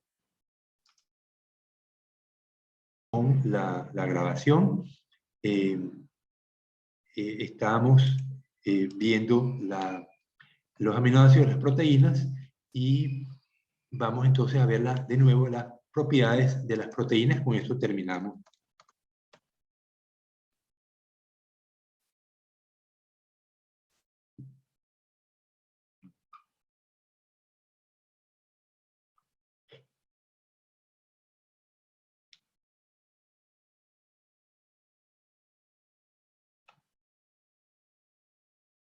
Entonces dice, propiedad de las proteínas. Dime si está viendo, Dayana. Creo que no. Creo que no. No, biólogo. Ya. Ahora sí. Sí, ahora sí se ve. Entonces tengo propiedades de las proteínas. Amortiguador de pH. Son conocidos como efecto tampón. Actúan como amortiguadores de pH debido a su carácter anfótero. Ya vimos en qué consiste. Es decir, pueden comportarse como ácidos donando electrones o como bases aceptando electrones. Capacidad electrolítica se determina a través de la electroforesis. Técnica, bueno, aquí vemos la electroforesis, cómo las proteínas corren. Ya ustedes lo vieron. En este caso, la corrida es producto de un campo eléctrico que se coloca en el gel. Ustedes hicieron cromatografía en papel, pero si hiciéramos en una gelatina, donde colocamos la muestra de proteínas en la base y colocamos un campo eléctrico entre la base y la superficie, la parte de arriba, las proteínas van a moverse. Fíjense cómo se van moviendo según su carga eléctrica. Entonces las proteínas se separan, ya no por afinidad con el solvente, sino por carga eléctrica. Las proteínas que están más cargadas se mueven más rápido, las que están menos cargadas se mueven menos, ¿no? Se llama electroforesis, técnica analítica en la cual las proteínas se trasladan al polo positivo porque su molécula tiene carga negativa y viceversa. Especificidad. Cada proteína tiene una función específica que está determinada por su estructura primaria. Estabilidad. La proteína debe ser estable en el medio donde se desenvuelve su función. Para ello, la mayoría de las proteínas acuosas crean un núcleo hidrofóbico empaquetado. Esta relación con su vida media está relacionado con su vía media y el recambio proteico. Solubilidad. Es necesario solvatar la proteína, lo cual se consigue exponiendo residuos de similar grado de polaridad al medio de la superficie proteica. Se mantiene siempre y cuando los enlaces fuertes y débiles estén presentes. Si se aumenta la temperatura y el pH, se pierde la solubilidad. Estas propiedades son el resultado de tres actividades principales que presentan distintas proteínas. Se unen a otras biomoléculas, incluyendo otras proteínas, catalizan reacciones químicas, en el caso de las enzimas, se pliegan para formar un canal o un poro, en el caso de las acuaporinas. Lo vamos a ver cuando vemos estructura de la membrana celular en el siguiente capítulo. Desnaturalización. Fíjense que aquí lo vemos a la derecha. Una proteína tiene su forma estructural, su estructura primaria, secundaria, terciaria y cuaternaria, y yo la puedo desnaturalizar y termino con una estructura primaria solamente. O la puedo renaturalizar volviendo a su estructura normal. Entonces, ¿cómo lo logro? De diversas maneras. Uno, cambiando el pH. Entonces yo puedo desnaturalizar la proteína cambiando el pH. Cuando ustedes comen sopa de pescado, tomen un encebollado y recién se lo sirven, ¿qué pasa cuando le ponen limón? ¿Qué le pasa al líquido? Que era más o menos amarillito, le ponen gotitas de limón, ¿qué le pasa a ese líquido?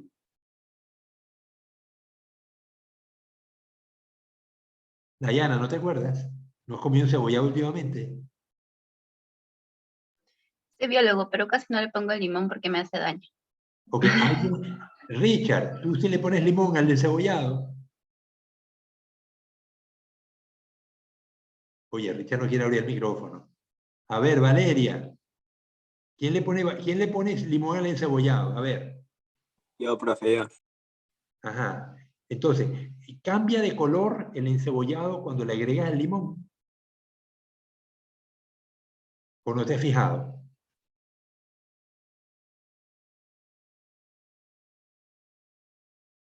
El silencio significa que no te has fijado. Se pone blanco. Sí, Cambia. profe, yo sí me he fijado. Sí, se pone como más blanco. Ajá. Entonces, esas son las proteínas solubles. El encebollado tiene trozos de pescado que son proteínas no solubles. Y tiene proteínas solubles que están en el líquido. Lo que pasa es que no las vemos. Pero cuando le pones limón, cambias el pH y desnaturalizas la proteína y haces que precipite. Sale de solución y va a formar un precipitado blanco. Si lo dejas tranquilo, vas a ver que el encebollado, después del limón, si no lo mueves con la cuchara, vas a ver que se forma un precipitado blanco en el fondo del plato. Entonces, esa desnaturalización de las proteínas hace que se vuelvan insolubles. Otra manera de desnaturalizarlas es con temperatura. A ver, Alison, ¿qué pasa cuando vas a freír un huevo? ¿Cómo se pone la clara?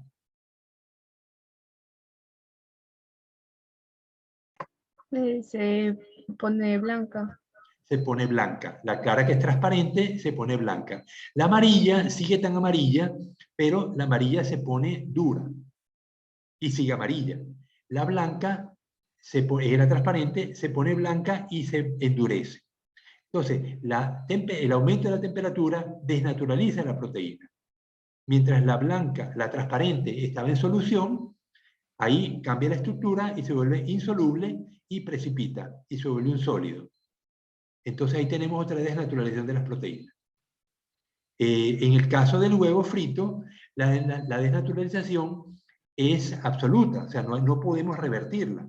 En este caso que estamos viendo, la desnaturalización por pH puede que me restituya la estructura terciaria de la proteína. O sea, si yo le quito el pH, si yo le agrego hidróxido de sodio o bicarbonato de sodio, no, pues el hidróxido de sodio es muy tóxico, pero le agrego bicarbonato de sodio al encebollado, neutralizo el jugo de limón y lo vuelvo otra vez a poner en neutro, la proteína se me vuelve a disolver.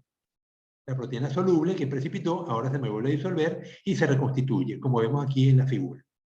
¿Se entendió esto?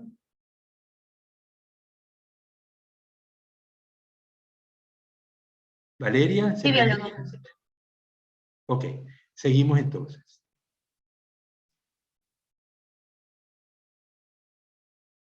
Ok, aquí vemos proteína globular.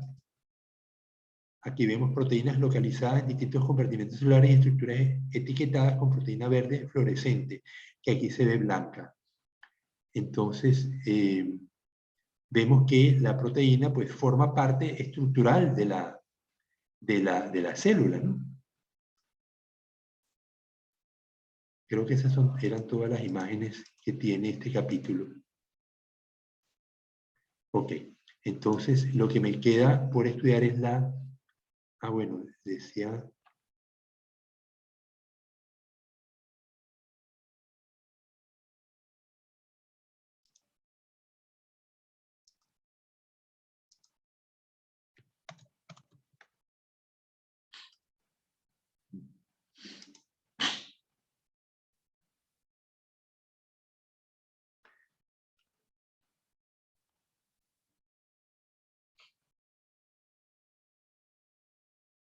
Entonces dice, todas las proteínas realizan elementales funciones para la vida celular, pero hay proteínas que tienen más de una actividad. Entre las distintas funciones se conocen las siguientes.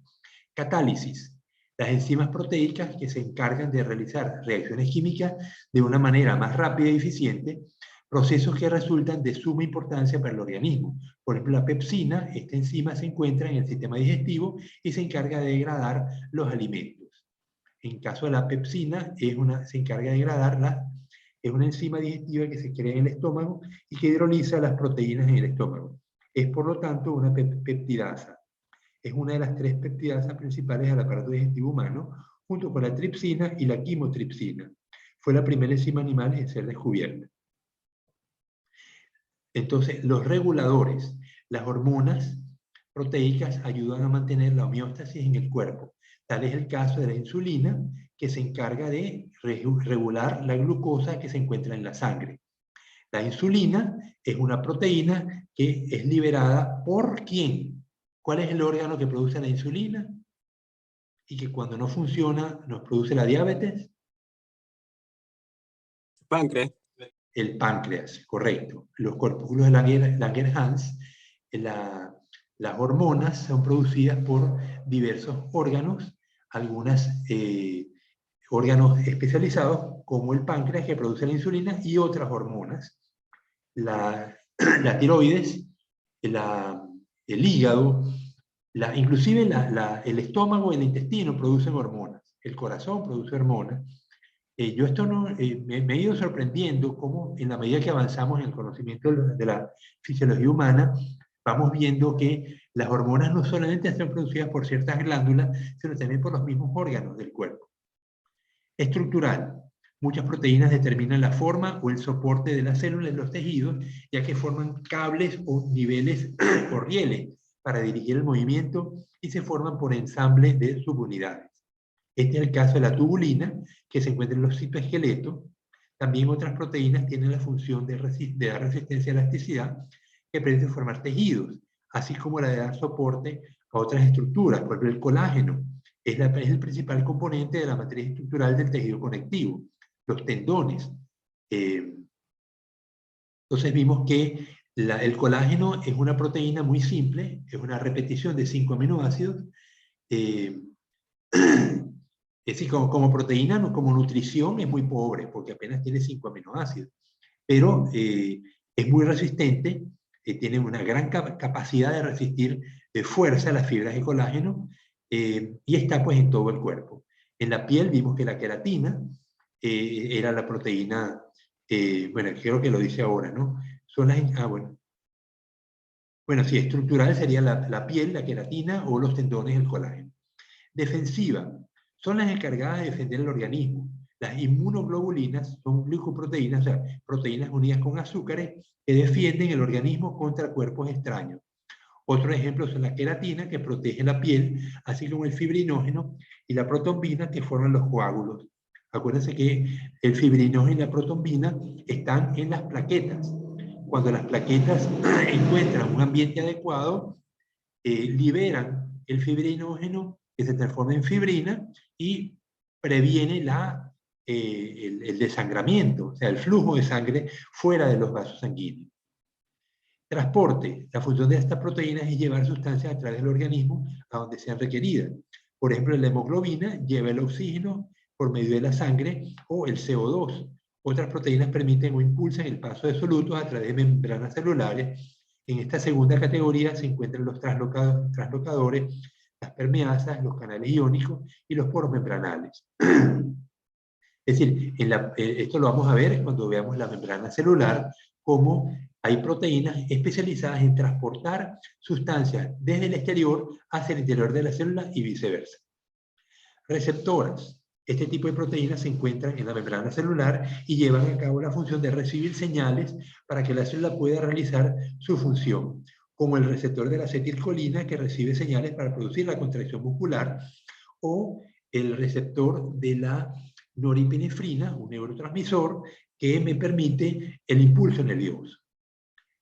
Proteínas motoras. Estas son proteínas que actúan como motores de escala nanométrica que mueven a otros componentes celulares. Por ejemplo, en las fibras musculares, la actina compone a los microfilamentos de la célula y la miosina activa el movimiento durante la contracción muscular. La actina y la miosina es como el músculo se contrae. ¿Y cómo se expande el músculo, Richard?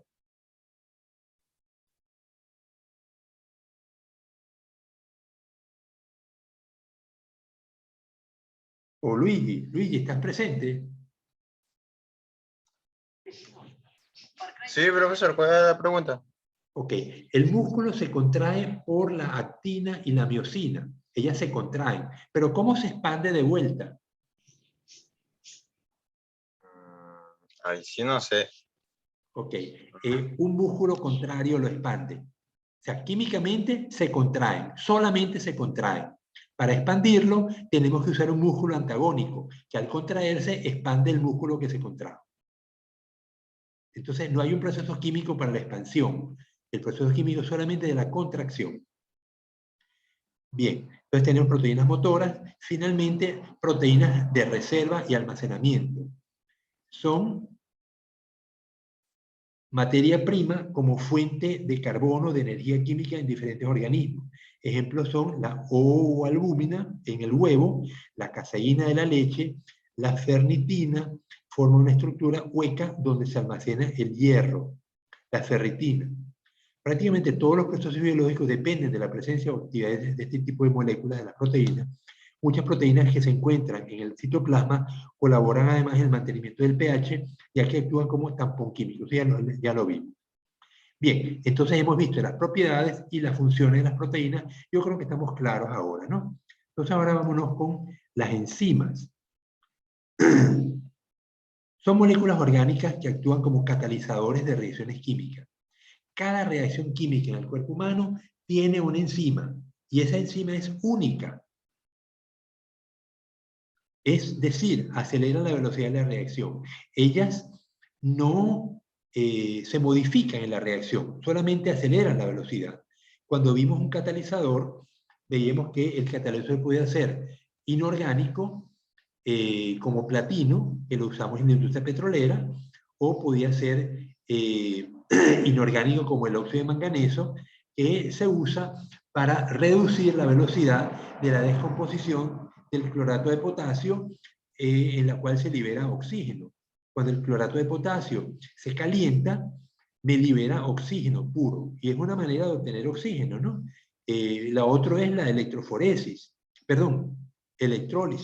donde yo le coloco una corriente eléctrica medio acuoso y del polo negativo del ánodo se va a desprender oxígeno, del polo positivo se va a desprender hidrógeno. Entonces yo tengo varias formas de obtener oxígeno e hidrógeno, pero una es a través del clorato de potasio, que forma parte de la pólvora, pero como la reacción es muy violenta, yo le pongo óxido de manganeso para reducir la velocidad y que el oxígeno se libera lentamente y no explote. El peligro es que explote el clorato de potasio cuando lo caliento, ¿no?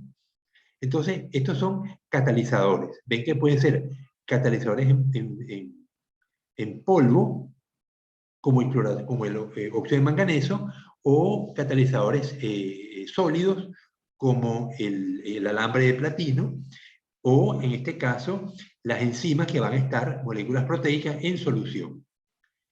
Entonces, comúnmente son de naturaleza proteica, pero también el ARN, las ribosimas, el ARN también funciona como una enzima. Las enzimas modifican la velocidad de reacción sin afectar el equilibrio de la misma, ya que una enzima hace que una reacción química transcurra a mayor velocidad siempre y cuando sea energéticamente posible. Ver energía libre de Gibbs. En estas reacciones, las enzimas actúan sobre unas moléculas denominadas sustratos, las cuales se convierten en moléculas diferentes denominadas productos. Casi todos los procesos de las células necesitan enzimas para que ocurran a unas tasas significativas. A las reacciones mediadas por enzimas se las denomina reacciones enzimáticas. Debido a que las enzimas son extremadamente selectivas con sus sustratos y su velocidad crece solo con algunas reacciones, el conjunto de enzimas presentes en una célula determina el tipo de metabolismo que tiene esa célula. A su vez, esta presencia depende de la regulación de la expresión genética correspondiente a la enzima. Aquí a la derecha vemos la conformación tan compleja de la triosafosfato isomerasa. Vemos que cada color es una enzima distinta porque tiene una estructura primaria diferente. Entonces yo estoy viendo una ocre, amarilla o marrón, verde, azul claro, azul oscuro, roja, y se me repiten, ¿no? Entonces actualmente tengo 1, 2, 3, 4, 5, 6 proteínas unidas formando esta enzima. Así como veíamos que la hemoglobina eran dos proteínas, aquí vemos 6. Diagrama de cinta rodeado por el modelo de relleno de espacio de la proteína. Esta proteína es una eficiente enzima involucrada en el proceso de transformación de azúcares en energía en la célula. Triosafosfato isomerasa. Las isomerasas me cambian de posición las estructuras. Ya vimos que el OH, el cambio del OH en un azúcar me cambia las propiedades de la. Entonces esto hace la triosafosfato isomerasa.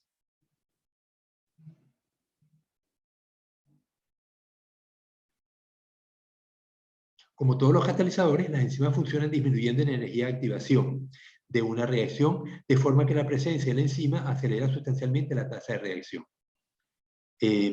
Las enzimas no alteran el balance energético de las reacciones en que intervienen, ni modifican por lo tanto el equilibrio de la reacción, pero consiguen acelerar el proceso incluso en escalas de millones de veces. Una reacción que se produce bajo el control de una enzima o de un catalizador en general alcanza el equilibrio mucho más deprisa que la correspondiente reacción no catalizada. Al igual que ocurre con otros catalizadores, las enzimas no son consumidas en las reacciones que catalizan ni alteran su equilibrio químico. Sin embargo, las enzimas difieren de otros catalizadores por ser más específicas. Existen gran diversidad de enzimas que catalizan alrededor de 4.000 reacciones bioquímicas distintas. No todos los catalizadores bioquímicos son proteínas, pues algunas moléculas de ARN son capaces de catalizar reacciones como la subunidad 16S de los ribosomas, en la que reside la actividad peptidiltransferasa. Entonces me dice que la peptidiltransferasa, ahí lo vemos, ahí vemos cuántas proteínas vemos: la amarilla, la marrón, la azul y la verde. Sí, hay una combinación de 4 proteínas distintas. Dice, el ARN ribosómico peptidiltransferasa es una ribosima aminoaciltransferasa que realiza la función esencial de los ribosomas. Se encarga de la formación de enlaces peptídicos entre aminoácidos adyacentes durante la traducción del ARN mensajero y por lo tanto la síntesis de proteínas. Entonces lo que estaba diciendo no es correcto, que son la unión de 4 proteínas. Esto es ARN, pero ¿por qué le da distinto color? No lo sé. También cabe nombrar unas moléculas sintéticas denominadas enzimas artificiales, capaces de catalizar reacciones químicas como las enzimas clásicas. La actividad de las enzimas puede ser afectada por otras moléculas. Los inhibidores enzimáticos son moléculas que disminuyen o impiden la actividad de las enzimas, mientras que los activadores son moléculas que incrementan esta actividad. Asimismo, gran cantidad de enzimas requieren de cofactores. Un cofactor es un compuesto químico no proteico o un ion metálico que se requiere para la actividad de una enzima como catalizador. Los cofactores pueden considerarse moléculas auxiliares que ayudan en las transformaciones bioquímicas. Entonces, una gran cantidad de enzimas requieren de cofactores para su actividad. Muchas drogas o fármacos son moléculas inhibidoras. Igualmente, la actividad es afectada por la temperatura, el pH, la concentración de la propia enzima y del sustrato y otros factores físico-químicos. Muchas enzimas son usadas comercialmente, por ejemplo, en la síntesis de antibióticos o de productos domésticos de limpieza. Además, son ampliamente utilizadas en diversos procesos industriales, como en la fabricación de alimentos, la distinción de vaqueros, o sea, de los pantalones jeans, o producción de biocombustibles. Ok, entonces, bueno, aquí tenemos una idea de las enzimas. Ojalá pudieran leerse el capítulo completo ustedes de la enzima en Wikipedia. Aquí vemos entonces esquema del modo de acción de una enzima. Aquí vemos el sustrato accede al sitio. Aquí tengo el sustrato, sitio activo. La enzima cambia su forma cuando se une al sustrato. Aquí tengo el complejo enzima sustrato, complejo enzima productos, y los productos salen del sitio activo. Entonces, por ejemplo, yo puedo tener la glucosa, y aquí tengo la milasa. La milasa profe, está... Dime. no sé si solo a mí, pero no se ve la pantalla. Ah, ok.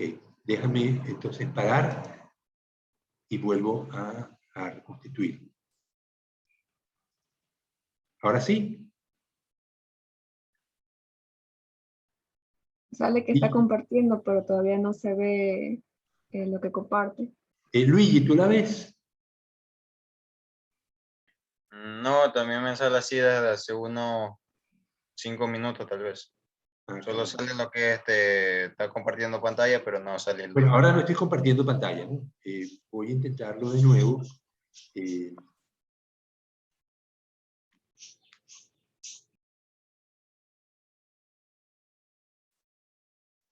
Dígame si lo ven, si no voy a tener que pasarlo. Nada, biólogo. Nada, no se ve. No, sale Ok. que está compartiendo, pero no sale nada. Ok, entonces déjame, voy a copiar la imagen en Paint, la paso a Word y desde Word se la muestro. Es muy simple la imagen, por cierto.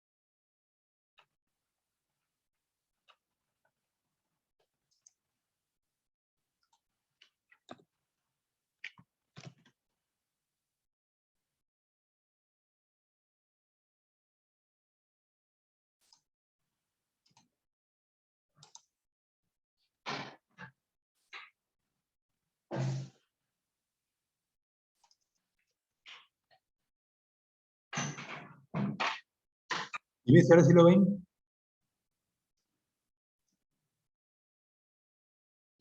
No, biólogo.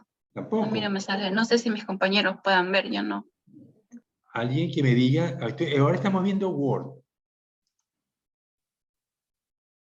Bueno, ahora dejé de compartir, voy a intentarlo de nuevo.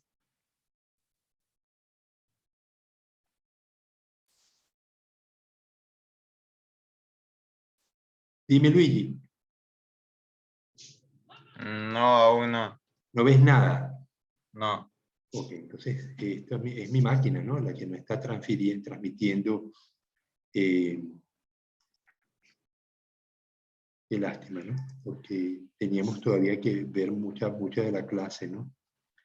Y De hecho, me pasó también hace varios días que estaba compartiendo y es cuestión de la plataforma de Zoom. No sé por qué, pero tuve que reiniciar en ese caso la sesión para poder compartir.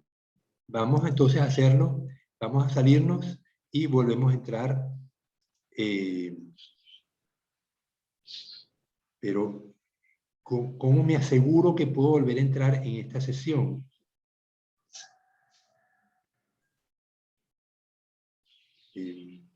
A ver, ¿qué sugieren? Nos salimos y vuelvo a crear otra clase y les mando el link. Yo diría que sí. Sí, biólogo es. Bueno, vamos a hacerlo. Es que nos queda todavía 40 minutos.